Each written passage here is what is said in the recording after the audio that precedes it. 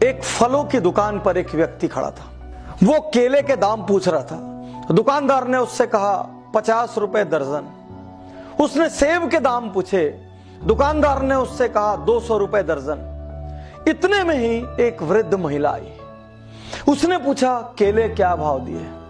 दुकानदार ने कहा 10 रुपए दर्जन। उसने पूछा सेब क्या भाव दिए? दुकानदार ने कहा 50 रुपए दर्जन। उस महिला ने अपने जेब से कुछ सिक्के निकाले और बड़ी छोटी सी मात्रा में फल लेकर वहां से चली गई।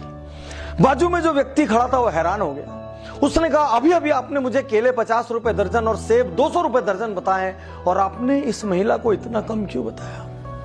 उस दुकानदार ने जवाब दिया, साहब इसका दुनिया में कोई नहीं है।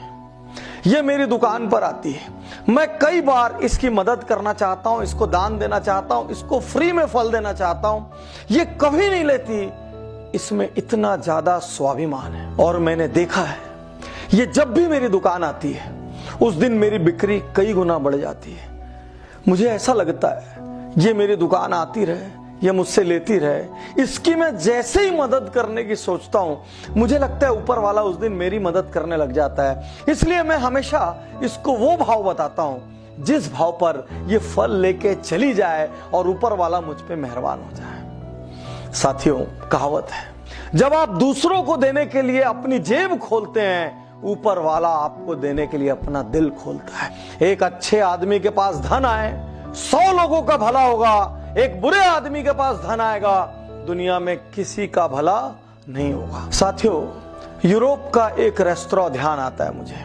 बीच में जब अनेक बार कहानियां आई जिसमें यूरोप के एक रेस्तरां की बात आई, मैंने व्यक्तिगत रूप से उस रेस्तरां को विजिट किया।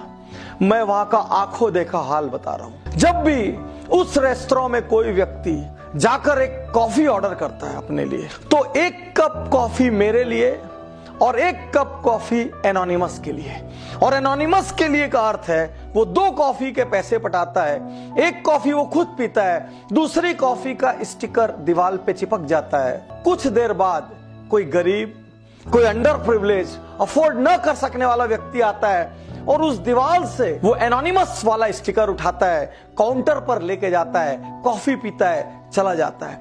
जाने लोग ऐसा किस किस चीज के लिए करते हैं। वो पिज्जा के लिए करते हैं, वो कॉफी के लिए करते हैं, वो बेकरी आइटम्स के लिए करते हैं, वो अपने लिए लेते हैं और साथ में एक किसी अनजान व्यक्ति को दान दे देते हैं। मैं धन्य हूं ऐसे देशों की मानसिकता पर, मैं धन्य हूं ऐसे लोगों की मानसिकता पर जहां इस तरीके की सोच है।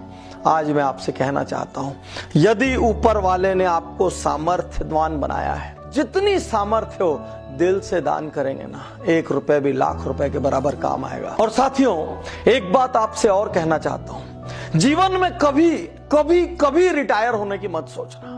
यदि आपको लगे मेरे पास बहुत हो गया है, मेरे को और जरूरत नहीं, मैं शांति से बैठ जाऊं, तो बस उस दिन अपना पेट भर लेना और जितना एक्स्ट्रा कमाओ दुनिया के लिए कमाना, उन लोगों के लिए कमाना जो आपके जितने भाग्यशाली नहीं है।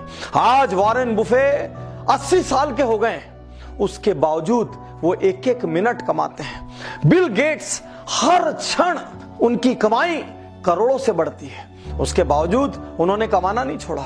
ये दुनिया के सबसे विनम्र लोग हैं, ये खुद पे सबसे कम खर्च करते हैं, आज भी अपने पुराने घर में रहते हैं, आज भी सामान्य गाड़ियों में चलते हैं, आज भी लोवेस्ट लग्जरी में जीवन व्यतीत करते हैं, लेकिन ये कमाने में यकीन करते हैं क्योंकि उन्होंने दुनिया को बदलने की ठान ली है। किसी ने मलेरिया को मिटाने का ठाना है, किसी ने पोलियो को मिटाने का ठाना है, किसी ने हेपेटाइटिस मिटाने का ठाना है, किसी ने एड्स मिटाने का ठाना है, किसी ने प्रकृति बचाने का ठाना है। इन सब ने कुछ न कुछ ठाना है। इसलिए यदि आप में कमाने की काबिलियत है मेरे दोस्त, तो कभी रिटायर मत होना।